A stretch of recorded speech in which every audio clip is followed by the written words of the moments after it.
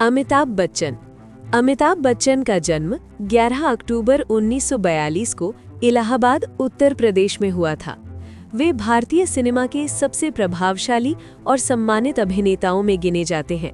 1970 के दशक में उन्होंने एंग्री यंग मैन की छवि से अपार लोकप्रियता हासिल की और आज भी सक्रिय रूप से फिल्मों और टेलीविजन में काम कर रहे हैं। वर्ष 2025 के अनुसार उनकी आयु 83 वर्ष है। उन्हें पद्मश्री, पद्म भूषण, पद्म विभूषण और दादा साहेब फाल्के पुरस्कार से सम्मानित किया जा चुका है। धर्मेंद्र का जन्म 8 दिसंबर 1935 को साहनेवाल, पंजाब में हुआ था।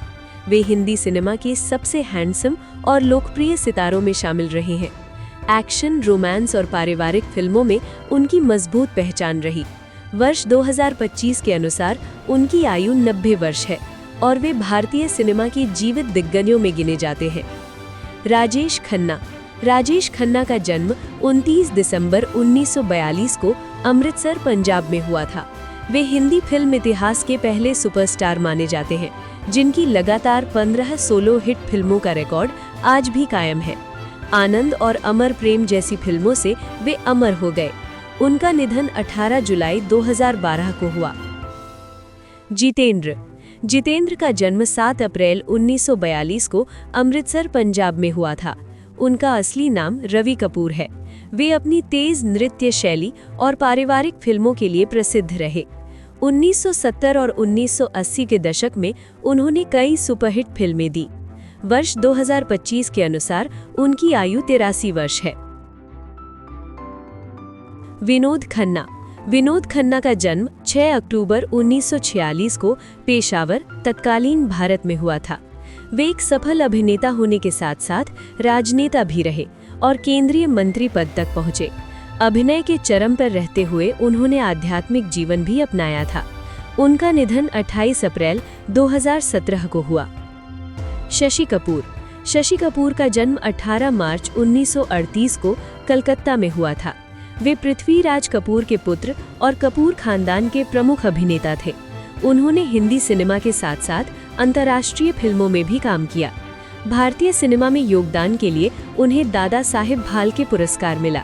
उनका निधन 4 दिसंबर 2017 को हुआ।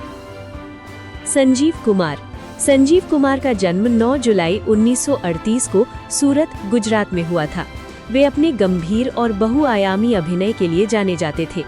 कम उम्र में बुजुर्ग किरदार निभाने की उनकी क्षमता अद्वितीय मानी जाती है। उनका निधन 9 नवंबर 1985 को हुआ। शत्रुघ्न सिन्हा का जन्म 15 जुलाई 1946 को पटना, बिहार में हुआ था। वे अपने दमदार संवाद और अलग अंदाज के लिए मशहूर रहे।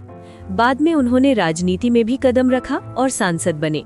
वर्ष 2025 के अनुसार उनकी आयु 79 वर्ष है।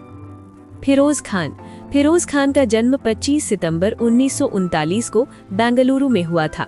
वे अभिनेता के साथ साथ निर्देशक और निर्माता भी थे। स्टाइलिश प्रस्तुतिकरण और बोल्ड विषयों के लिए वे जाने जाते थे। उनका निधन 27 अप्रैल 2009 को हुआ। सुनील दत्त का जन्म 6 जून 1929 को झेलम जिले, अब पाकिस्तान में हुआ था। वे अभिनेता, निर्माता और समाज सेवी के साथ साथ केंद्रीय मंत्री भी रहे। मदर इंडिया में उनका अभिनय ऐतिहासिक माना जाता है। उनका निधन 25 मई 2005 को हुआ। ऋषि कपूर का जन्म 4 सितंबर 1952 को मुंबई में हुआ था। वे प्रसिद्ध कपूर परिवार से थे और पृथ्वीराज कपूर उनके दादा थे। ऋषि कपूर ने बाल कलाकार के रूप में फिल्म मेरा नाम जोकर से अभिनय की शुरुआत की, जिसके लिए उन्हें राष्ट्रीय पुरस्कार मिला। मुख्य अभिनेता के रूप में उनकी पहचान 1973 की सुपरहिट फिल्म बॉबी से बनी, जिसने उन्हें युवा रोमांटिक स्टार के रूप में स्थापित किया। अपने करियर में उन्होंने कर्ज, चांदनी, प्रेम रोग, दामिनी जैसी कई यादगार फिल्मों में काम किया। बाद के वर्षों में उन्होंने चरित्र भूमिकाओं में भी गहरी छाप छोड़ी। 30 अप्रैल 2020 को उनका निधन हुआ, लेकिन हिंदी सिनेमा में उनका योगदान आज भी अमर है। देवानंद का जन्म 26 सितंबर 1923 को गुरदासपुर, पंजाब में हुआ था।